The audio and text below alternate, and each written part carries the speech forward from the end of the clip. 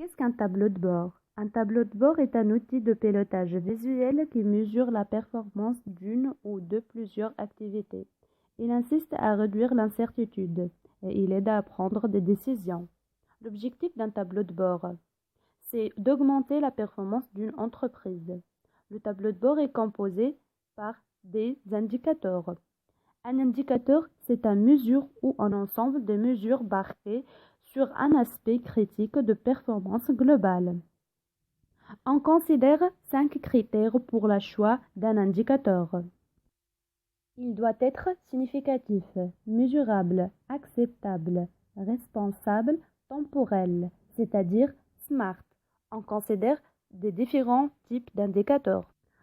On a l'indicateur alerte, l'indicateur équilibration, l'indicateur anticipation, l'indicateur du résultat, l'indicateur de suivi.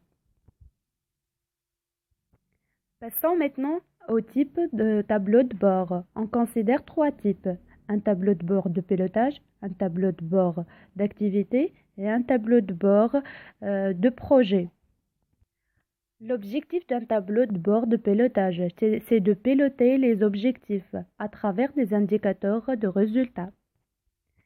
Un tableau de bord d'activité est là pour objectif de mesurer l'avancement des performances réalisées. Elle a comme indicateur, c'est l'indicateur de suivi. Un tableau de bord de projet a pour objectif de mesurer l'avancement ainsi que la performance des tâches critiques déployées à travers un ensemble d'indicateurs de résultats et de suivi. Maintenant, on passe aux représentations graphiques. On a plusieurs types. Par exemple, type circulaire, type en bâton. Maintenant, on passe aux méthodes d'élaboration d'un tableau de bord. On considère 3 types. OVAR, GIMSI. On commence alors par la méthode OVAR. OVAR, c'est-à-dire objectif, variable d'action et responsable. OVAR est composé de 4 phases. Grille d'objectifs variables d'action, responsabilité, indicateur et mise en forme de tableau de bord. On considère dans la première phase une analyse stratégique au niveau de la direction générale. On doit déterminer les variables d'action dans chaque objectif, déterminer le plan d'action pour chaque variable. Et enfin, on teste la cohérence. Pour la responsabilité, on doit analyser la délégation de N-1 jusqu'à N-N. Et enfin, on fait les indicateurs. On doit choisir les indicateurs de performance et conformer les données. Ensuite, pour la mise en forme de tableau, on doit choisir la présentation. Ensuite, on doit tester sur papier et informaliser. Pour la méthode GIMSI, on considère 5 phases. Tout d'abord, sélectionner les axes de progrès. Ensuite, déterminer les points d'intervention. Ensuite, choisir les objectifs. Choisir et construire les indicateurs. Et enfin, bâtir et maintenir un tableau de bord.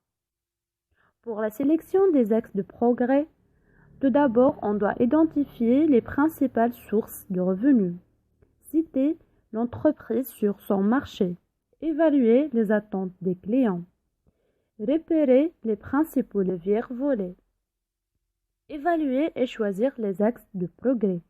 Pour la détermination des points d'intervention, on doit identifier les processus et les activités critiques.